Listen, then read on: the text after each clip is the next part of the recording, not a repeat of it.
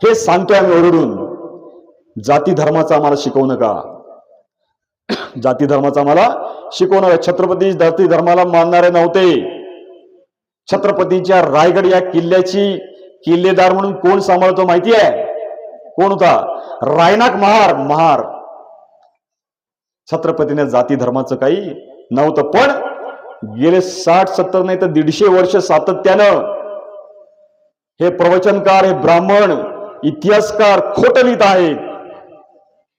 छत्रपतींनी अफजल खानाचा कोतळा काढल्यानंतर अफजलच्या मुला फजल त्याला छातीशी कवटाळलं आणि त्याला सांगितलं, तुझ्या वडिलांशी आमची दुश्मनी होती, तुझ्याशी नाही. तू माझ्या मुलासारखा आहेस. आणि मग आम्ही का सांगत नाही किंवा ते का सांगत नाही? त्याच अफजल खानाची कबर छत्रपतींनी प्रतापगडाच्या वर बांधलेली आहे, प्रतापगडाच्या पायथ्याला नाही. हे पण तुम्ही सांगितलं पाहिजे यांना.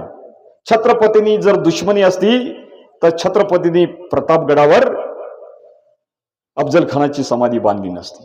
रायगड ही राजधानी स्थापन केल्यानंतर छत्रपती आपल्या महालासमोर मशीद उभी केली. ब्राह्मणांनी विचारलं, इथे कशाला मशीद तुमच्या महालासमोर?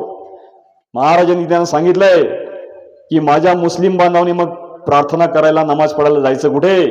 ते इथेच पडले पाहिजेत. हे शिवाजी.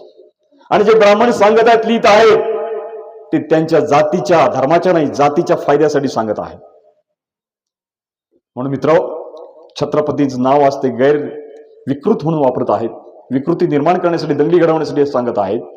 दुसरा एकच प्रसंग सांगेन छत्रपतींच्या आयुष्यातला, की या महाराष्ट्राचे मुख्यमंत्री फडणवीस गेले काही दिवस औरंगजेबाची कबर खोदायला चाललेले आहेत. काय करायचं चालेल माहिती ना? बघता ना टीव्हीवर.